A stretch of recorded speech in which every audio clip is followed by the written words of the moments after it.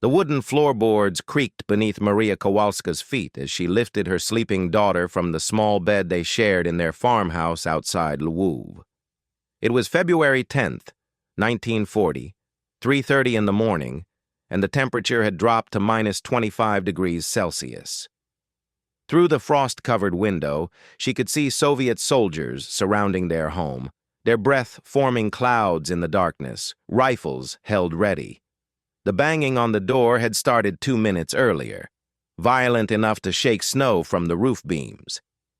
Her husband Josef stood frozen near the kitchen table, still holding the cup of ersatz coffee he had been drinking when the knock came. In Maria's arms, 4-year-old Anna stirred but did not wake. In 6 hours, they would be loaded into cattle cars. In 3 weeks, they would arrive in Kazakhstan.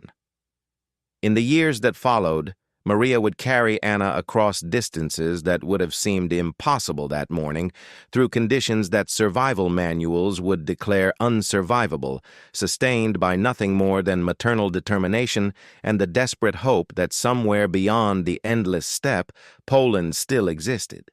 The Soviet occupation of eastern Poland had begun on September 17, 1939, 16 days after Nazi Germany invaded from the west. The Molotov-Ribbentrop Pact, signed in August, had secretly divided Poland between the two totalitarian powers. While the world's attention focused on the Wehrmacht's blitzkrieg, the Red Army crossed Poland's eastern border with more than 800,000 troops. They met minimal resistance. The Polish army, already devastated by the German assault, could mount no effective defense against this second invasion. Within 2 weeks, the Soviet Union controlled 201,000 square kilometers of Polish territory, encompassing approximately 13 million people. The Soviets immediately began implementing the same policies of political repression they had perfected in their own territories. Lists had been prepared in advance. Categories of people deemed dangerous to Soviet power had been identified.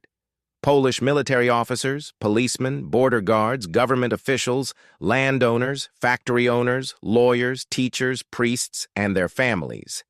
The NKVD, the Soviet secret police, worked with ruthless efficiency. In the coming months, they would arrest hundreds of thousands. But arrest required infrastructure, camps, prisons, interrogation facilities. For the families designated for deportation, a different solution had been devised. They would simply be removed from Poland entirely, transported to the furthest reaches of the Soviet Union, dispersed across territories so vast and remote that return would be impossible. The first major deportation wave began on February 10, 1940. The NKVD had compiled detailed lists of families connected to the Polish state apparatus. Military settlers known as osadnicy, who had received land grants after Poland regained independence in 1918, foresters who managed state lands, and their dependents. The operation was coordinated across hundreds of locations simultaneously. The timing was deliberate. 3:30 in the morning, when resistance would be minimal, when families would be disoriented, when darkness would prevent neighbors from witnessing and potentially interfering. The cold was also strategic. Minus 20 to minus 30 degrees Celsius across much of the region. At these temperatures, fleeing on foot meant death within hours.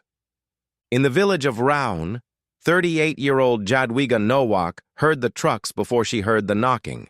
The sound of multiple engines, unusual for this hour, unusual for a poor farming community where even a single vehicle was noteworthy.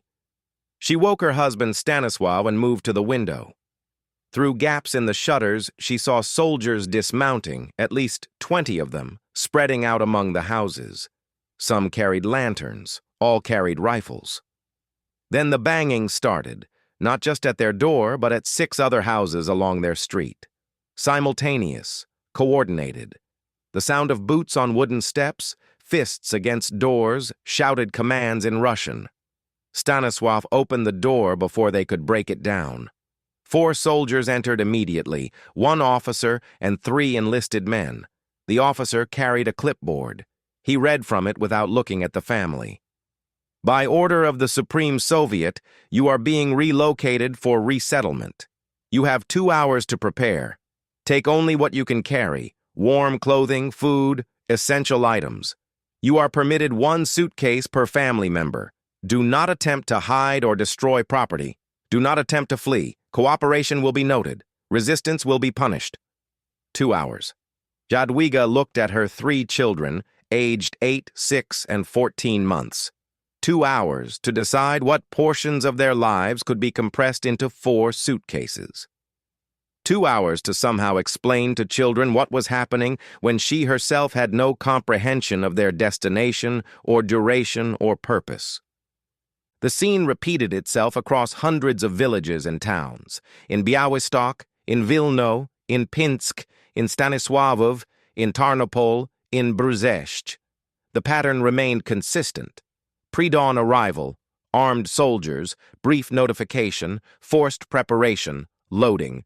In some locations, families received the full 2 hours.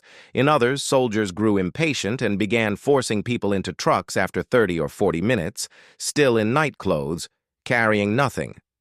Helena Baran, a teacher's wife from a village near Kowal, would later describe the impossibility of the choice. What do you pack when you don't know where you're going or for how long? Warm clothing, but how much can you carry? Food, but what kind when you might be traveling for days or weeks? Money, but Soviet currency had replaced Polish zloty, and we had almost none. Documents, but which ones matter in a place with no law? Photographs, but when each gram of weight might mean the difference between survival and collapse?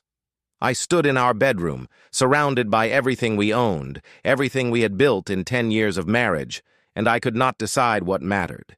In the end, I grabbed whatever my hands touched: 3 dresses, a coat, bread, a blanket, a photograph of our wedding, my husband's only suit, our son's christening gown. Later, on the train, I would realize I had forgotten my daughter's birth certificate, forgotten our marriage certificate, forgotten the address book with names of relatives who might search for us. But I had remembered the christening gown, useless, delicate lace that we would eventually burn for warmth. The loading process transformed human beings into cargo. Families were herded from their homes to waiting trucks, or in some cases to collection points in town squares or schoolyards where larger groups were assembled. Soviet efficiency dictated that transport capacity be maximized. If a cattle car could hold 40 horses, it could hold 60 to 80 people. If a truck bed could carry 2 tons of grain, it could carry 30 standing adults with children held in arms or pressed underfoot. At the railway stations, the sight confronted the deportees with the reality of their situation. Long trains, sometimes 40 or 50 cars, each car a wooden freight wagon designed for transporting livestock. The cars had been modified minimally for human cargo. A hole had been cut in the floor in one corner, approximately 30 centimeters square. This would serve as the toilet. A small wood-burning stove had been installed in the center, though fuel was not provided. Wooden sleeping platforms had been constructed along the sides, bare planks without mattresses, dividing the vertical space into 2 levels to allow more efficient packing of human bodies. The loading proceeded with mechanical precision. Families were counted. Soldiers marked clipboards. The heavy wooden doors slid open. Guards gestured with rifles. Women lifted children. Men carried suitcases. The elderly were pushed or dragged when they moved too slowly. When each car reached capacity, approximately 65 to 80 people, depending on the proportion of children, the doors slid shut. Heavy iron bolts dropped into place. Padlocks clicked closed. Inside, in the sudden darkness broken only by thin strips of light from gaps in the walls, the deportees heard the sounds of other cars being loaded, heard the same process repeated up and down the length of the train, heard children crying, heard prayers being whispered, heard the first arguments beginning over space on the sleeping platforms. Maria Kowalska found herself in the 13th car of a train that would eventually stretch to 48 cars. Her husband, Josef, had managed to secure a position on the lower sleeping platform, near the corner opposite the toilet hole. This was desirable territory. The upper platforms were stifling when bodies generated heat, and proximity to the toilet was unbearable after the first day. But they shared this small space, approximately 1 meter wide and 2 meters long, with another family, the Wojciechowskis, parents, and 3 children. 5 Kowalskis and 5 Wojciechowskis, occupying an area designed for livestock to stand. In the chaos of loading, someone's suitcase had broken open and clothing had spilled across the floor. An elderly woman in the corner was already crying. 2 men near the stove were arguing about whether to burn some of the wooden sleeping platforms if no other fuel could be obtained. A mother was trying to nurse an infant while maintaining some semblance of modesty in a space where privacy did not exist. 4-year-old Anna pressed against Maria's side, not crying, but silent in a way that worried Maria more than tears. The child's silence suggested a level of trauma that Maria had no resources to address. She had no comfort to offer, no explanation that made sense, no promise that could be honestly made. The train did not depart immediately. The loading process consumed the entire day of February 10th. Even after all cars were loaded and locked, the train remained at the station. Families inside had no information about the delay. Some speculated they would be released, that this was merely intimidation. Others argued they were waiting for additional trains, for coordination of a massive convoy. Night fell. The temperature inside the cars dropped steadily. The small stove in Maria's car had been lit using scraps of paper and pieces of someone's broken suitcase, but without proper fuel, it produced more smoke than heat. Children coughed. The elderly shivered uncontrollably. The toilet hole in the corner began to freeze, waste accumulating in grotesque formations. On the morning of February 11th, approximately 28 hours after the first families had been seized from their homes, the train finally moved. The journey eastward would consume between 2 and 3 weeks, depending on the train and destination.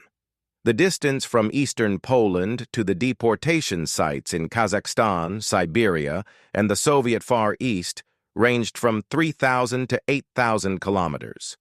Soviet railways in 1940 were not designed for passenger comfort even under normal circumstances. These freight trains carrying deportees received the lowest priority. They stopped frequently, sometimes for hours or days, sitting on sidings to allow military transports or supply trains to pass. They traveled at slow speeds, rarely exceeding 30 kilometers per hour, often much slower. They made no scheduled stops for the benefit of the human cargo. Water was provided irregularly, sometimes once a day, sometimes less frequently. Food was even more sporadic. At some stops, guards opened the cars and handed in buckets containing kasha or watery soup. At other stops, nothing was provided. The deportees survived on whatever food they had managed to bring from home, rationing carefully, sharing when possible, stealing when desperation overcame morality. The cold was the most immediate enemy. February temperatures in the regions through which the trains traveled ranged from -20 to -40 degrees Celsius. The wooden freight cars provided minimal insulation. Wind found every gap in the walls, every crack around the doors. The small stoves could not heat the space adequately, even when fuel was available.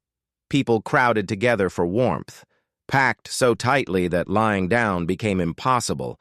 Sleeping occurred in sitting positions or standing, bodies pressed against bodies. The strongest occupied the center of the car where body heat concentrated. The weakest were gradually pushed toward the walls and corners where cold was most intense. Frostbite appeared within the first days. Fingers and toes lost sensation, turned white, then blue, then black. There was no medical care. Frost-bitten extremities had to be simply endured or, in extreme cases, amputated, using whatever tools were available, knives or broken glass, without anesthesia, without antiseptic, without any hope of proper healing. The fortunate lost only a few digits. Others lost hands or feet. Some developed gangrene and died slowly in agony while the train continued its eastward journey. The sanitary conditions degraded rapidly. The single toilet hole per car, designed to drop waste onto the tracks below, could not accommodate the needs of 60 or 70 people. It froze regularly. When it froze, people had no choice but to relieve themselves elsewhere in the car, in corners, in empty cans or bottles, creating a stench that became unbearable within days. Typhus appeared quickly. The disease, spread by body lice, found ideal conditions in the overcrowded, unsanitary cars. Fever, headache, rash, delirium. No treatment was available. Sufferers lay on the wooden platforms, burning with fever in air cold enough to freeze breath. Some recovered. Most died. When someone died, the body could not be removed immediately. The train did not stop for corpses. Bodies remained in the cars, sometimes for days, until the next stop that happened to include unloading of the dead. At these stops, guards opened the cars and ordered, "Dead out." Surviving family members carried out the corpses, laid them beside the tracks, and watched as the doors slid shut again and the train continued. No burial, no prayers, no markers, just bodies left beside Siberian railway tracks, to be covered eventually by snow or scavenged by animals. In Maria Kowalska's car, death arrived on the 6th day of the journey. The elderly woman who had been crying when they were loaded, whose name Maria had learned was Pani Kaminska, stopped responding on the morning of February 16th. Her daughter, who had been caring for her, shook her shoulder gently, then more insistently, then began to wail. Pani Kaminska had frozen during the night. She had been positioned near the wall in one of the coldest locations. Her body had simply given up. The wailing disturbed Anna, who had been dozing against Maria's shoulder.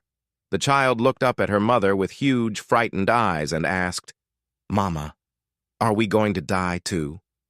Maria held her daughter close and whispered, "No, Kokeni, we will survive. We will stay warm together. We will go home." But Maria did not believe her own words. She could feel the cold penetrating deeper each day. She could feel her own strength diminishing. The bread she had brought was nearly gone. The water they received was barely sufficient.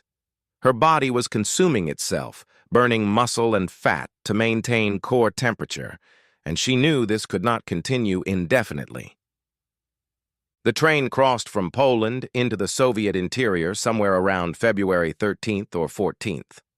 The deportees had no precise way to mark the border.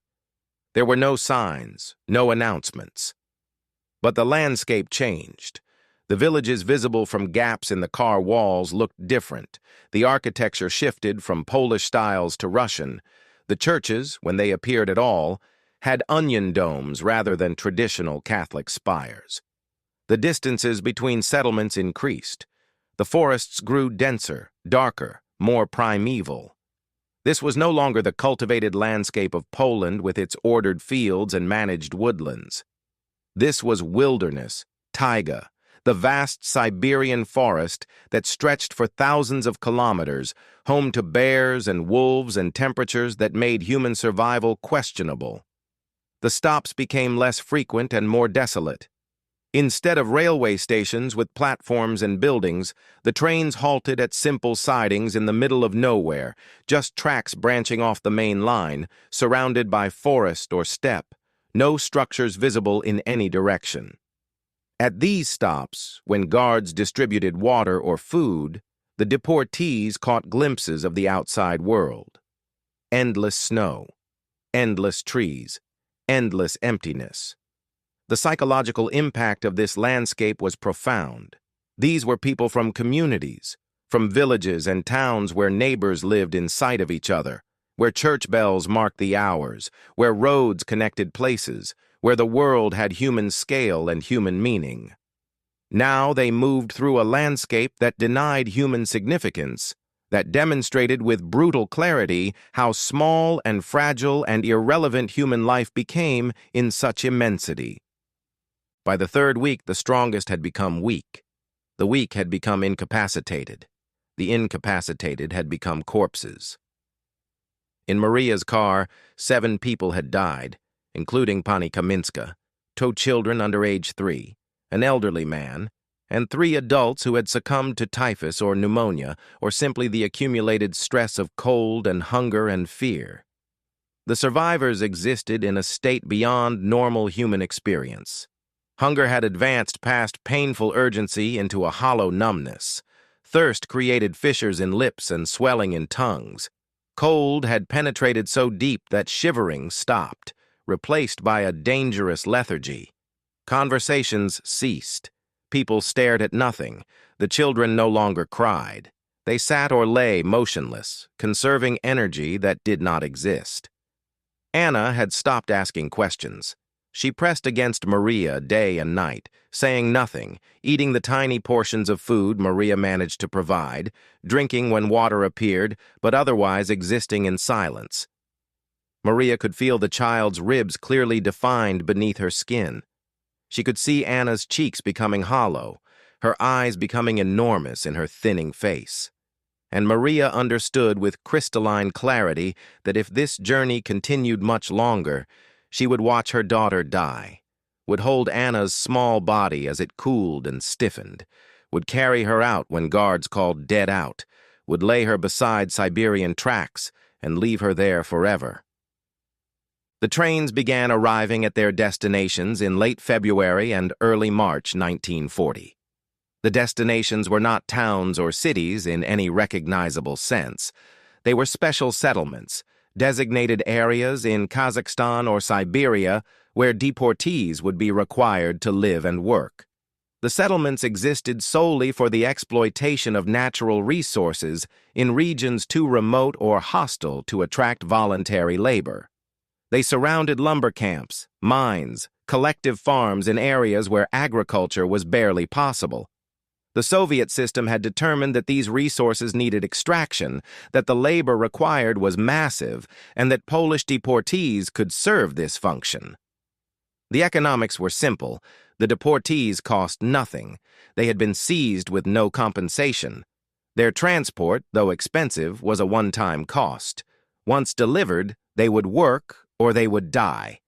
Either outcome was acceptable to the planners in Moscow. If they worked, resources would be extracted. If they died, they had at least served the purpose of clearing Poland of potentially hostile elements. The settlements offered no infrastructure, no preparation for the arrival of thousands of people. At some locations, deportees found barracks, crude wooden buildings designed for lumber workers or miners, now overcrowded with multiple families per room. At other locations, they found nothing, literally nothing, just forest or steppe, with perhaps a few wooden posts marking where barracks were theoretically planned for future construction. Maria Kowalska's train arrived at a settlement in northern Kazakhstan on March 3, 1940. The train had traveled for 21 days. When the doors of her car finally slid open and guards shouted for everyone to exit, Maria could not immediately stand. Her legs had cramped from weeks of immobility. Her circulation had been compromised by cold and malnutrition. She sat on the wooden platform, holding Anna, trying to force feeling back into her lower body. Around her, others struggled with the same paralysis. Some could not stand at all and had to be dragged from the cars by family members or by guards impatient with the slow unloading. The scene outside defied Maria's comprehension. She had expected, despite everything, some form of civilization. But this was wilderness with a few wooden structures. The barracks stood in irregular lines, gaps between them showing cleared ground that turned to forest 30 meters away in every direction. No roads, no vehicles, no evidence of a town or market or church or any institution that marked human community. The temperature was minus 15 degrees Celsius. Relatively warm compared to what they had endured on the train, but still life-threatening for people in their condition. Guards organized them into groups, checked lists, assigned them to barracks. Maria's group was led to a building marked number 47. Inside, they found a single large room with a dirt floor, no beds, no furniture, a wood stove in the center that was not lit, gaps in the walls where construction had been hasty, and evidence that the previous occupants, whoever they had been, had left or died recently. There were dark stains on the floor that might have been blood. There were names carved into the wooden walls. Russian names, dates going back to 1937 and 1938, evidence of other deportees or prisoners who had occupied this space before. The immediate challenge was survival through the first night. The barracks had no heat. Fuel had to be obtained by cutting wood from the forest. But the deportees had no axes, no saws, no tools of any kind. Their only possessions were what they had carried from Poland, clothing and minimal food supplies that were now exhausted. The settlement administration provided one meal that first day, a bucket of kasha and a bucket of lukewarm water for approximately 40 people. The kasha was distributed using whatever containers people had, mostly shared between families since not everyone had brought cups or bowls. The quantity was insufficient. An adult received perhaps 200 grams, less than a cup of cooked grain, the first proper food in 3 weeks. Children received smaller portions. After eating, Maria felt simultaneously grateful for something in her stomach and desperately aware of how inadequate it was. Her body needed thousands of calories to recover from the journey, needed protein and fat and vitamins. Instead, she had received grain and water. That night, the deportees in Barracks 47 discovered that survival required cooperation. Alone, separated from each other, they would freeze.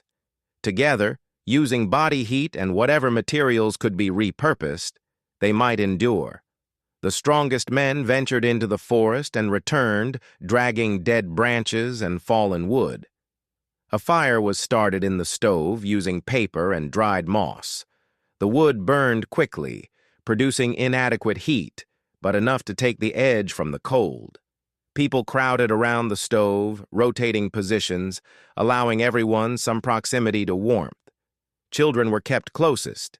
The elderly were given priority when possible. Families shared blankets, creating communal sleeping arrangements that defied all previous social norms. Privacy ceased to exist. Modesty became a luxury no one could afford. The settlement operated as a forced labor camp, though Soviet terminology never used these words. Officially, the deportees were special settlers who had been relocated for resettlement. The reality was unambiguous. They were prisoners without sentences, confined to a specific geographic area, required to perform assigned labor, subject to punishment for violations, and prevented from leaving. The work began immediately. On the second day after arrival, guards appeared at the barracks and announced work assignments. All adults and children over age 12 were required to work. The labor was primarily logging, felling trees, trimming branches, cutting timber into specified lengths, hauling logs to collection points. The quotas were calculated for healthy adult males working with proper equipment in reasonable conditions.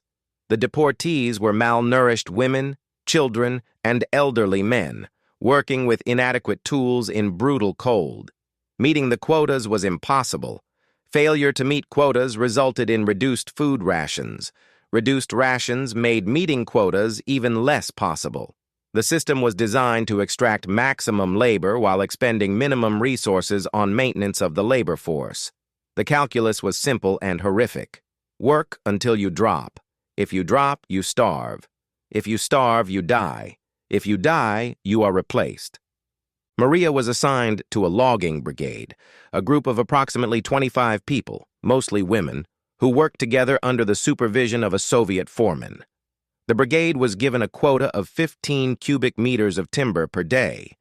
This meant felling large trees using handsaws and axes, work that required strength, skill, and equipment.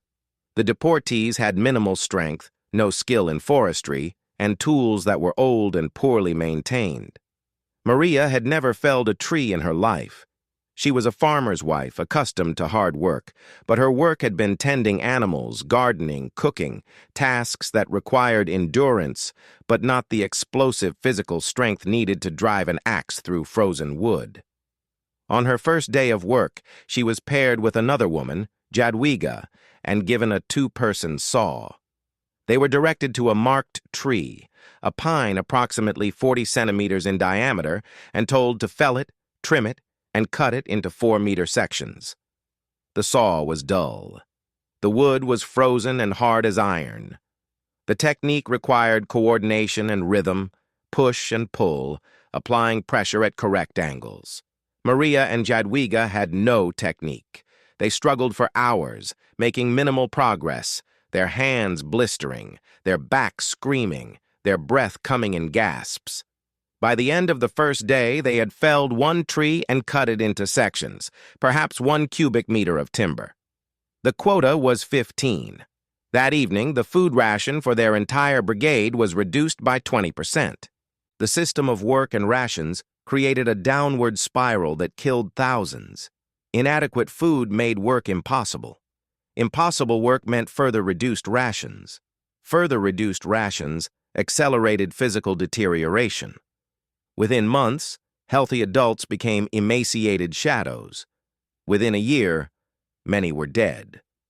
The death rate in the special settlements during 1940 and 1941 ranged from 15 to 30%, depending on location and conditions.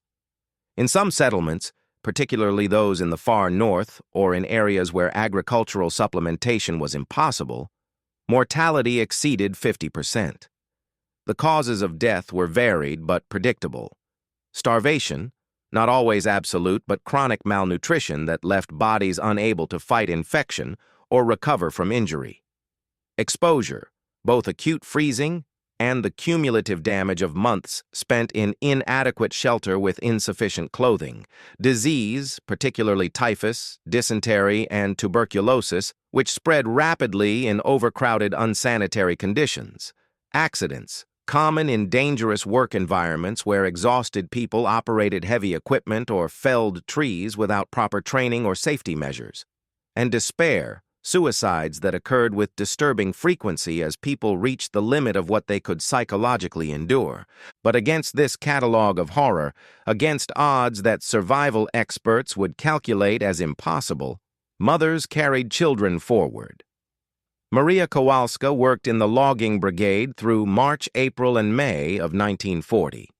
Every morning she woke Anna before dawn, fed her a small portion of whatever food was available, usually just grain or bread if any existed, then left her in the barracks with other children and elderly people who were not assigned work. Every evening, Maria returned exhausted, her hands bleeding from the saw, her back barely able to straighten, her caloric expenditure far exceeding her caloric intake, her body consuming itself. And every evening she held Anna, sang to her softly, promised her they would survive, promised her they would go home. Anna was now 5 years old. She understood more than Maria wanted her to understand. She saw the dead being carried out of barracks. She heard the crying of mothers who had lost children. She experienced hunger that went beyond anything childhood should encompass. But she also experienced her mother's determination, and that determination became a form of nourishment more essential than bread. Summer brought relief from the cold but introduced new challenges. The temperatures rose to 20 and 25 degrees Celsius, warm enough to melt the snow, warm enough to create mud that made every movement exhausting, warm enough to breed mosquitoes and other insects that descended in clouds so thick they made breathing difficult. The insects attacked exposed skin, creating welts and spreading disease. People developed infections from scratching. Some infections became systemic, causing fevers and delirium. The settlement administration provided no mosquito netting, no repellent, no medical care for the consequences. Summer also revealed the true isolation of their location. During winter, snow had covered the landscape, creating an illusion of continuity. Now, with the snow melted, Maria could see clearly. Forest in every direction. No roads, no neighboring villages, no possibility of walking out. The nearest town of any size was reportedly over 200 kilometers away, accessible only by the railway that had brought them.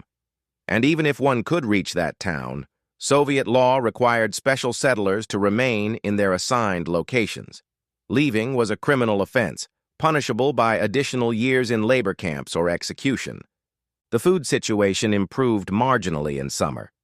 The settlement administration organized a collective garden where deportees could grow vegetables. Each family received a small plot, perhaps 50 square meters.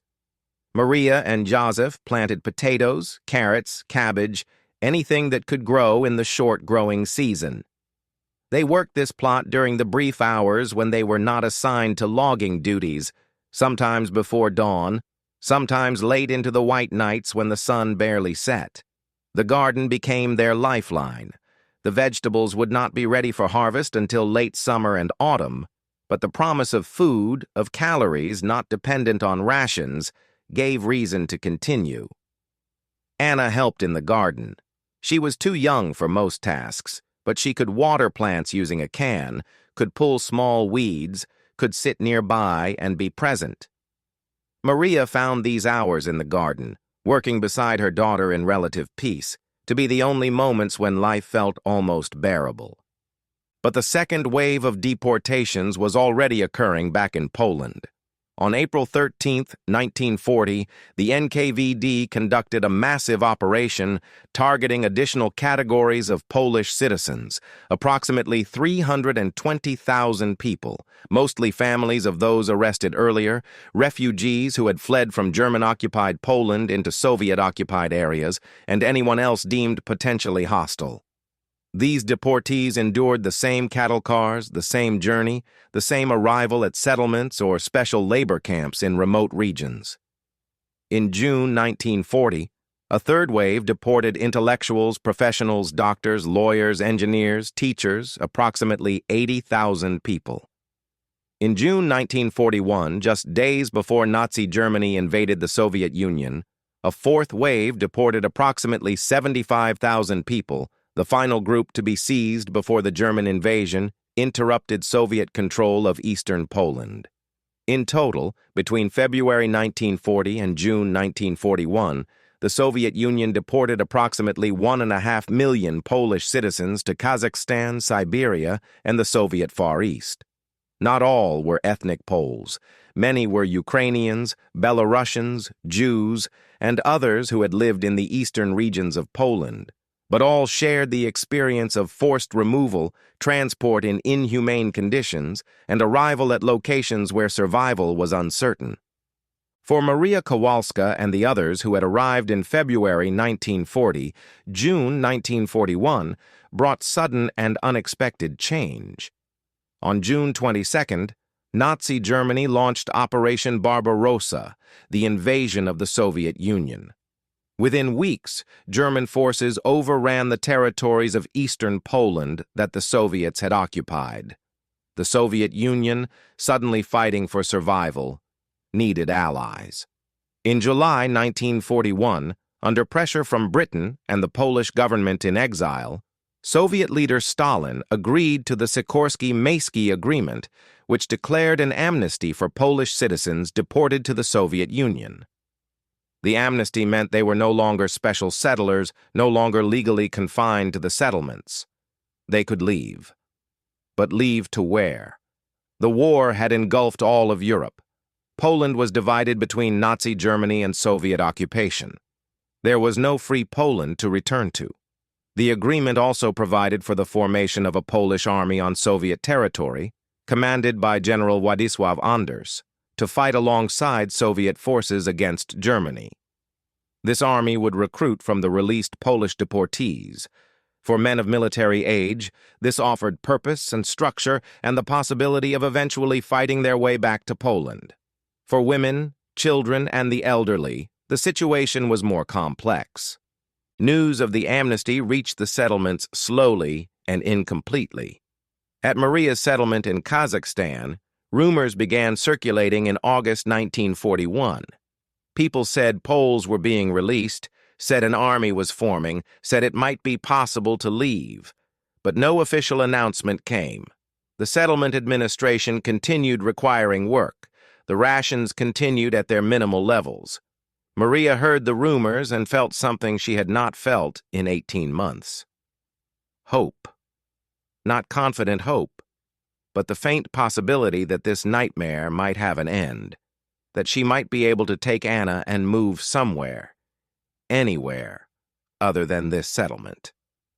In September, a Soviet official finally arrived with papers. He gathered the Polish deportees and read a statement. They were amnestied. They were free to leave the special settlement, but they were not permitted to return to Poland. They could relocate to other regions of the Soviet Union subject to various restrictions and registration requirements. They could attempt to join the Polish army if eligible, but they would receive no transportation assistance, no food beyond the final ration distribution, no support of any kind. Maria and Joseph faced an impossible calculation. If they stayed, they knew the outcome. Continued forced labor, insufficient food, gradual deterioration, eventual death. The statistics were clear by now. More than a third of the people who had arrived with them were already dead. If they left, they faced a journey of unknown distance through a country at war, with no money, no resources, no knowledge of where they were going.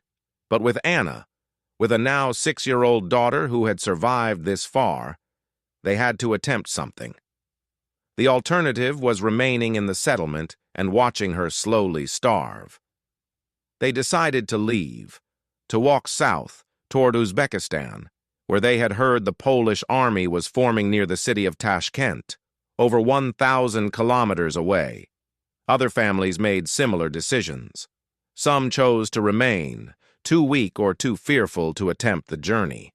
Some died before they could decide, succumbing in the weeks between the amnesty announcement and the organization of any departure. In October 1941, Maria, Joseph, and Anna left the settlement. They carried everything they owned, which amounted to the clothing they wore, one thin blanket, a small pot for cooking, and approximately 1 kilogram of grain that Maria had saved from rations. They had no map. They had only vague directions south toward the railway, then follow the railway toward Tashkent. The distance was roughly equivalent to walking from Paris to Rome, through terrain that included desert, steppe, and mountains. With winter approaching, with a 6-year-old child, without food, without shelter, without any reasonable expectation of success. They walked. The journey that followed would take 4 months and cover more than 1,200 kilometers. It would reduce them to a state beyond human language's ability to describe. It would kill Joseph. And it would forge between Maria and Anna a bond that transcended normal mother-daughter relationships, a bond formed in shared suffering so intense that survival itself became a form of love made manifest. The first weeks were the hardest psychologically. They were free, no longer prisoners, but freedom in the Soviet Union in late 1941 meant nothing. They had no food. Soviet collective farms and villages had barely enough to feed their own populations, now reduced by men going to war and by increasing requisitions for the military. No one could spare food for refugee Poles. Maria and Anna and Joseph walked during daylight, covering perhaps 15 to 20 kilometers per day, limited by Anna's small legs and by their weakening condition. At night, they sought shelter wherever possible, in abandoned buildings, in barns, under bridges, once inside a culvert, anywhere that offered protection from the wind and the falling temperatures. Hunger became their constant companion. Not the sharp hunger of missing a meal, but the deep systemic hunger of continuous caloric deficit, where the body begins digesting its own muscle tissue, where mental function becomes impaired, where even basic decisions require enormous effort. Maria would forage anything edible, berries, roots, leaves, things she would never have considered food in Poland. She chewed and swallowed and felt no satisfaction, just a temporary cessation of the stomach pain. Anna stopped complaining about hunger after the first week. She walked in silence, holding her mother's hand, stumbling frequently, her face hollow and her eyes enormous. In late October, they reached a railway line. Following it southward gave them direction and occasionally brought them near settlements where they might beg food. At one village, a Russian woman gave them a piece of bread. At another, they were chased away by dogs. The randomness of survival, entirely dependent on the charity or hostility of strangers, was terrifying. Maria had no control. She could only keep walking, keep carrying Anna when the child could not walk, keep searching for food, keep moving south. Joseph grew weaker faster than Maria. Men with their larger muscle mass and higher baseline caloric requirements starved more quickly than women. By November, he could barely walk 10 kilometers per day. His legs swelled, a sign of severe malnutrition. His skin took on a yellow tinge. He developed diarrhea, which worsened the dehydration and caloric loss. On November 18, 1941, near a small settlement whose name Maria never learned, Joseph collapsed. He could not stand. Maria tried to help him up, but he had no strength. She held him and he whispered, "Take Anna, keep going, don't stop." He died there, beside the railway tracks, in Maria's arms, with Anna sitting nearby trying not to watch her father die. Maria held him for an hour, unable to accept that he was gone, unable to let go. But eventually, she understood. She could not bury him. The ground was frozen and she had no tools. She could not carry him. She barely had strength to carry Anna. She had to leave him. She took his coat, heavier than her own, and his shoes, which were in better condition than hers. She dressed Anna in his sweater, too large but warm. She said a prayer over his body. Then she took Anna's hand, and they walked away, leaving him beside the tracks, another unmarked Polish death in Kazakhstan. After Joseph's death, Maria's journey became something beyond physical endurance. It became an act of will against reality. She carried Anna more than the child walked. Anna weighed perhaps 15 kilograms, and Maria, now herself weighing perhaps 40 kilograms, could not sustain this. But every time Anna stumbled or cried from exhaustion, Maria lifted her, carried her another kilometer, 2 kilometers, until her own legs buckled and she had to set the child down. They slept curled together under Joseph's coat, which became their only possession of value. The cold at night dropped to minus 20 degrees Celsius. Without shelter, without fire, without adequate clothing or calories, they should have frozen. But Maria kept Anna pressed against her, skin to skin, sharing body heat, and somehow they survived each night and woke each morning and continued walking. They reached Tashkent in late January 1942. The journey had consumed 4 months. They had walked more than 1,200 kilometers. Anna was now 6.5 years old. She had walked distances that adult marathon runners would find impressive, had endured conditions that killed adults regularly, had survived because her mother refused to allow any other outcome. In Tashkent, they found the Polish army camps. The camps were overwhelmed. Tens of thousands of released deportees had converged on the area, seeking recruitment, seeking shelter, seeking food. The Polish army, though nominally an ally of the Soviet Union, received minimal support. Supplies were inadequate, food was scarce, medical care was nearly non-existent. But it was better than the settlements. It was community. It was Polish language and Polish organization and the possibility of structure.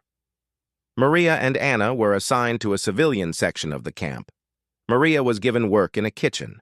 Anna was placed with other children in a makeshift school.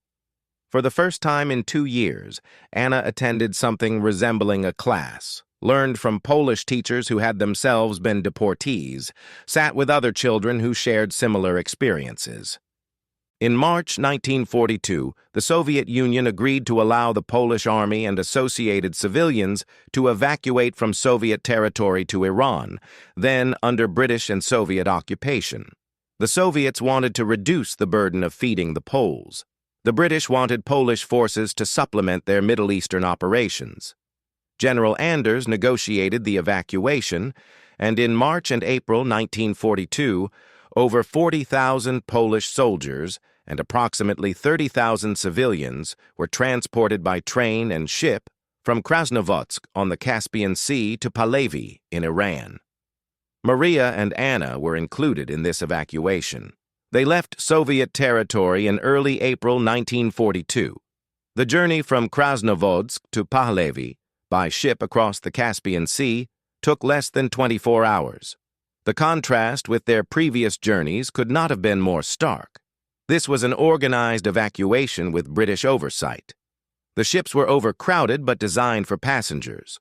Food was provided. Medical personnel were present. When they disembarked in Pahlavi, they were greeted by British and Polish officials who provided immediate assistance. The British established refugee camps in Iran for the Polish civilians. The camps offered shelter, regular food rations, medical care, and the first true safety Maria and Anna had experienced since September 1939. Anna, now 7 years old, weighed 20 kilograms, severely underweight. She suffered from malnutrition-related diseases, including scurvy and anemia. But she was alive. Maria weighed 42 kilograms, having lost more than 20 kilograms since her deportation. She had lost her husband, lost her home, lost everything except her daughter. But she had succeeded in carrying Anna out of the Soviet Union, across distances and through conditions that should have been impossible. In the refugee camp, Maria slowly began to process what they had survived. She met other women who had made similar journeys, who had carried children across Kazakhstan or Siberia, who had buried husbands or parents or siblings along the way. The stories were all variations on the same theme: forced deportation, brutal conditions, impossible journeys, survival through determination or luck or grace. The numbers would eventually be compiled by historians. Of the approximately 1.5 million Polish citizens deported to the Soviet Union, approximately 500,000 died in the settlements and special camps. Another 200,000 died during the evacuation journeys or shortly after reaching safety. The survivors numbered approximately 800,000. Most never returned to Poland. The post-war Soviet occupation of Poland meant that returning was dangerous, particularly for those who had been branded as enemies of the state. Maria and Anna eventually reached Palestine, then under British mandate, where they joined Polish refugee communities. Anna grew up in refugee camps and later in Polish schools established by the government in exile. She learned to read and write properly, learned Polish history, learned that the country she barely remembered still existed in memory and hope, even if not on maps. Maria worked in the refugee community, eventually remarrying in 1947, a Polish officer who had also lost his first family in the Soviet deportations. But she never forgot Joseph, never forgot the settlement in Kazakhstan, never forgot the walk through winter. In 1948, with the establishment of Israel and the increasing difficulty of maintaining Polish refugee communities in the Middle East, Maria and Anna emigrated to Britain, where a significant Polish community had formed around the Polish forces that had fought alongside the British. Anna, now 13 years old, attended British schools, learned English, and gradually built a new life. She married in 1958, had 3 children, worked as a teacher, and lived until 2019, dying at age 84. In 2005, Anna published a memoir of her childhood, titled From Kazakhstan to England, A Child's Journey. The book provided one of the most detailed accounts available of the deportation experience from a child's perspective. Her descriptions of the cattle car journey, of the settlement conditions, of the walk with her mother through Kazakhstan, offered historians invaluable primary source material. But beyond the historical value, Anna's memoir captured something essential about maternal love under impossible conditions. She wrote, My mother carried me 1,200 kilometers. Not all at once, not in a single journey, but in thousands of small acts. Lifting me when I fell. Feeding me when she herself was starving. Keeping me warm when she was freezing. Singing to me when she herself had reason only to weep. Every mother loves her child, but my mother's love was tested in ways that most cannot imagine. She had every reason to give up. We were both dying.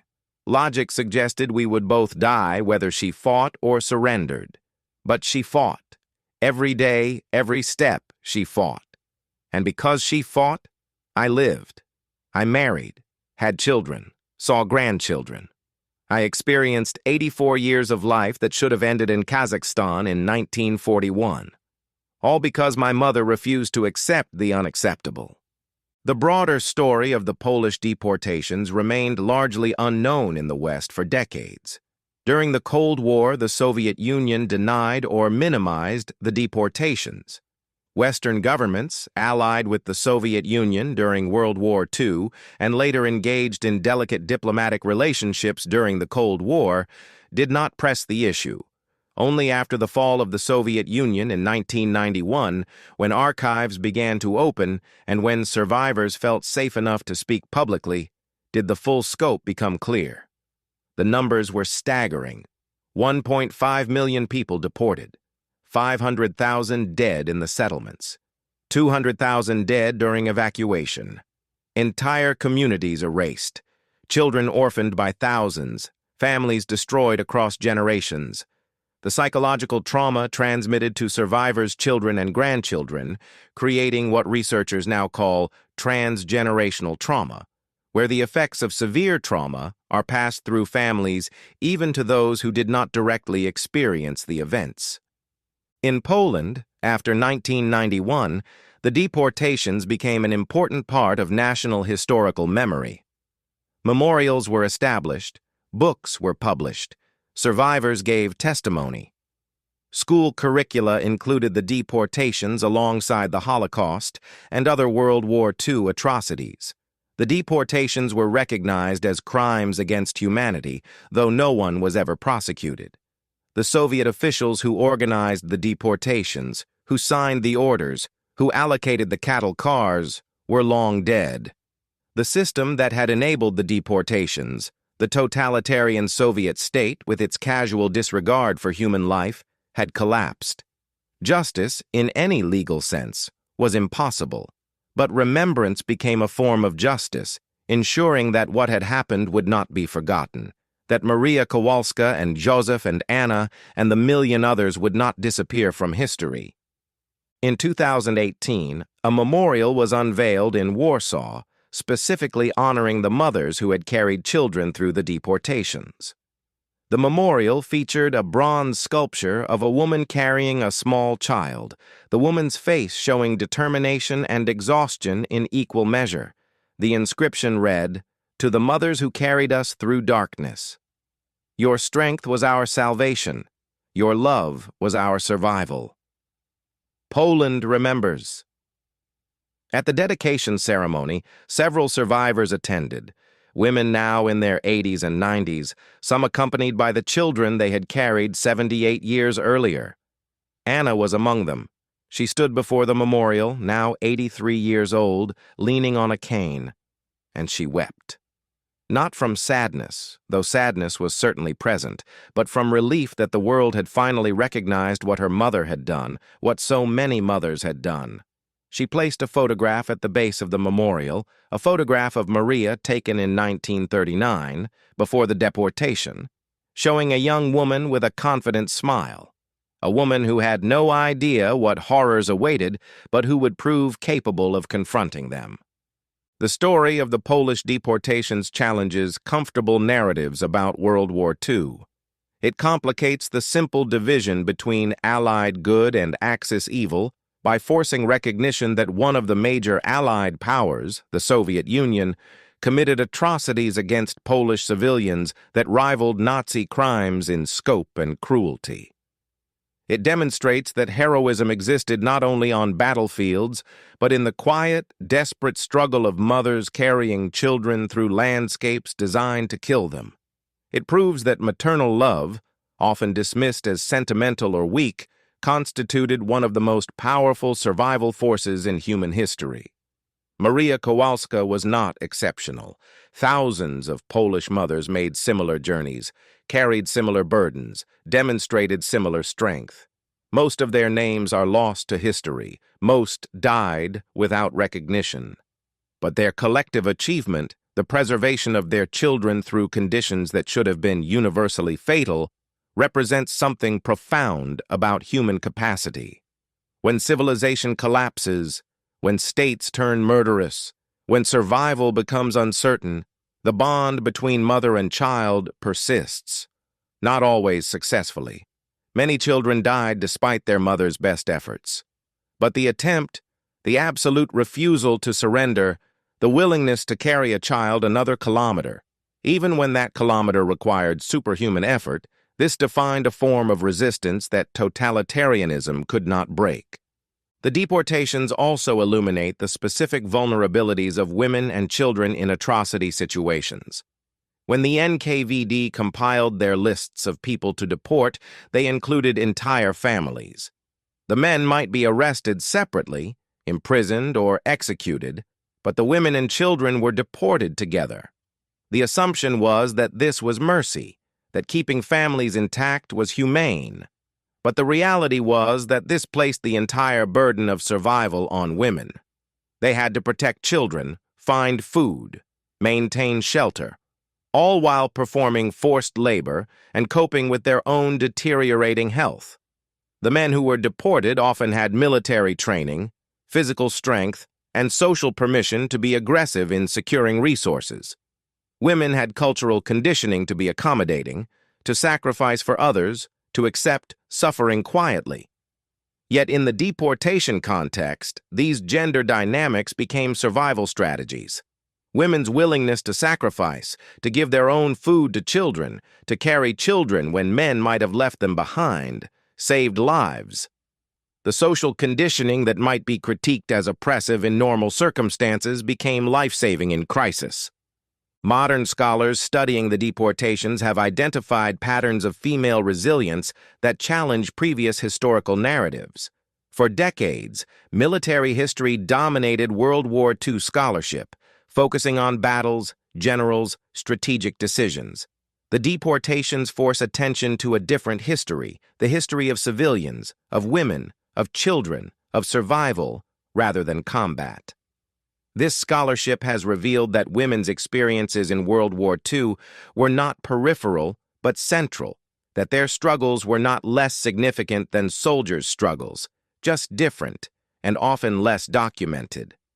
The mothers who carried children through Kazakhstan were engaged in a form of warfare, not against human enemies, but against environmental conditions, against starvation, against cold, against despair.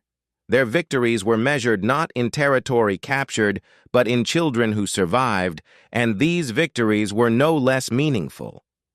In the settlement where Maria Kowalska had been imprisoned, nothing remains today. The barracks were dismantled decades ago. The forest has reclaimed the cleared ground. A visitor would find no evidence that thousands of people once lived and worked and died there. But this absence is itself historically significant. The Soviet system created these settlements specifically as temporary exploitation sites. When the labor force died or was released, the settlements were abandoned.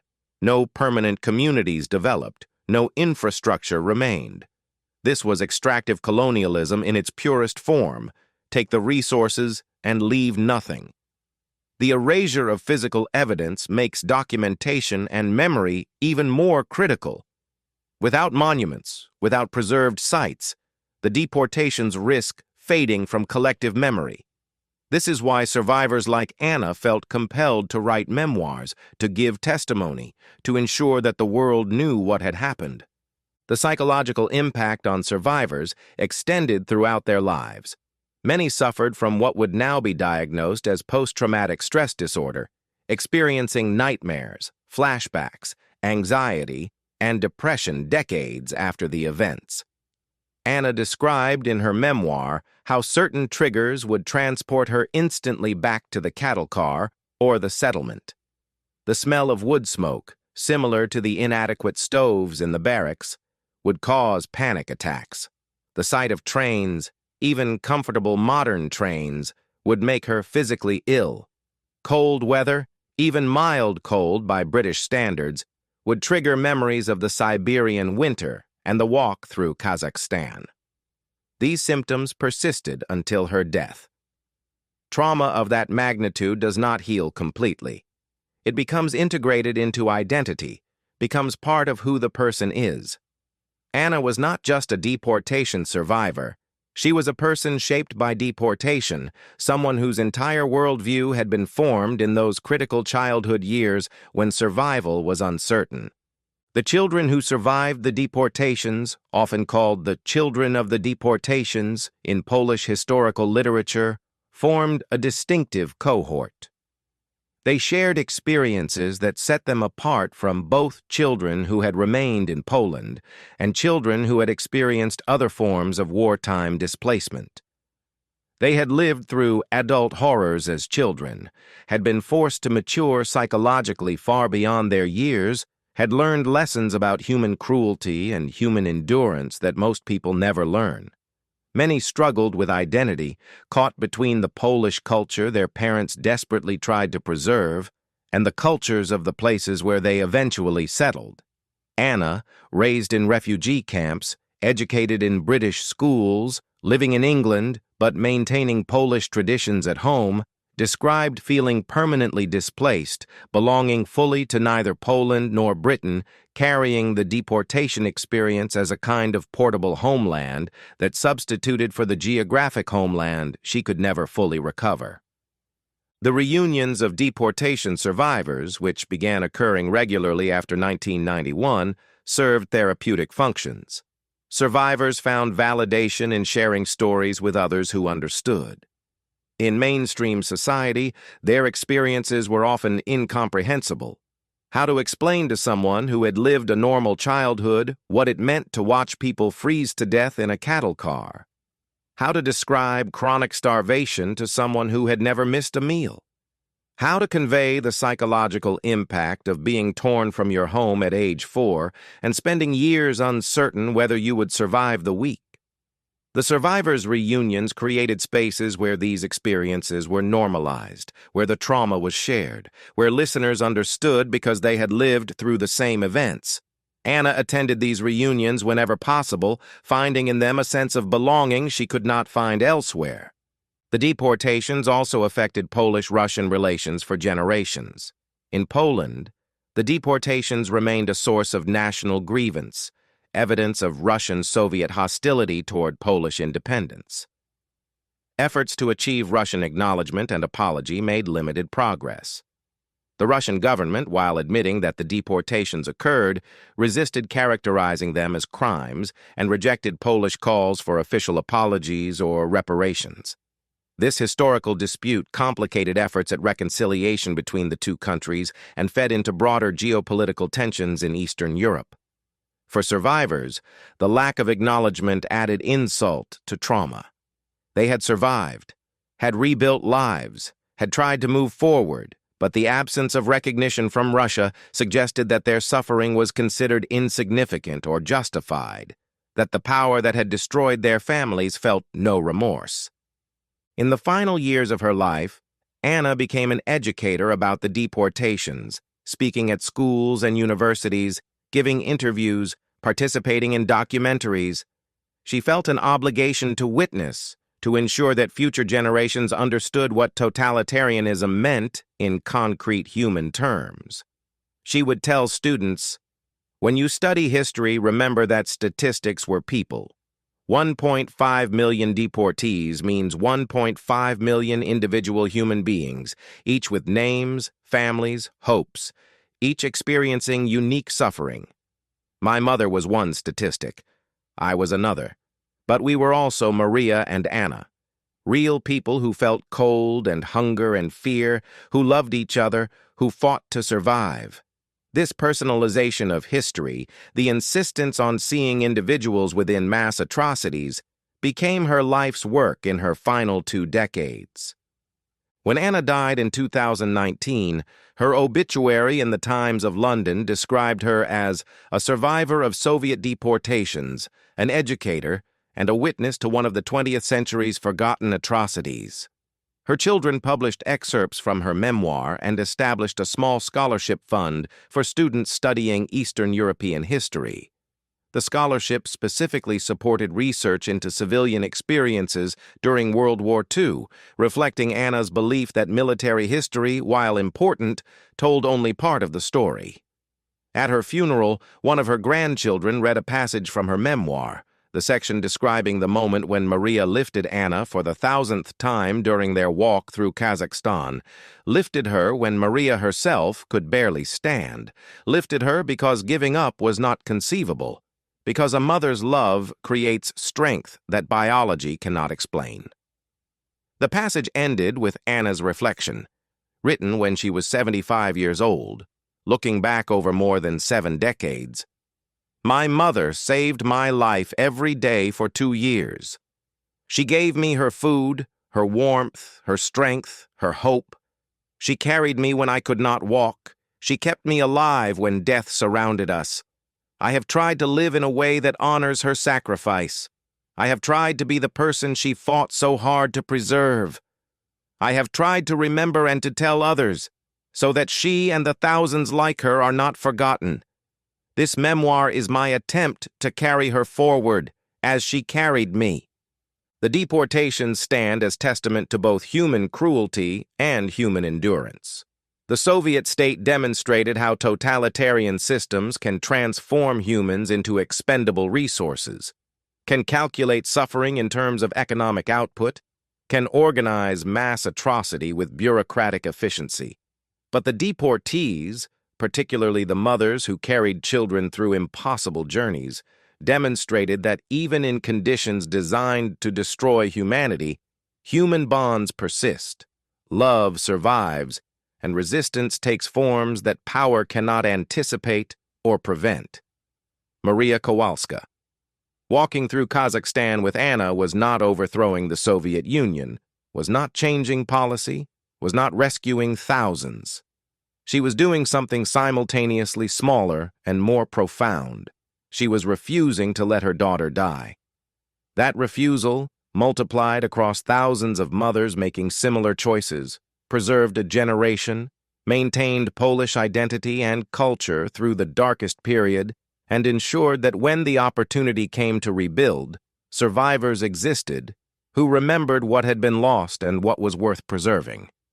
The mothers who carried children through the deportations were heroes in the truest sense. Ordinary people responding to extraordinary circumstances with courage and love that transcended what should have been humanly possible. Their story deserves to be remembered, told, and honored, not as abstract history, but as lived experience that reveals essential truths about human nature, about maternal love, about survival, and about the indomitable will to protect those who cannot protect themselves. When Maria Kowalska lifted her daughter in that barracks in northern Kazakhstan on February 10, 1940, when she promised Anna they would survive, she set in motion a struggle that would define both their lives and that would ultimately triumph over forces that had destroyed millions.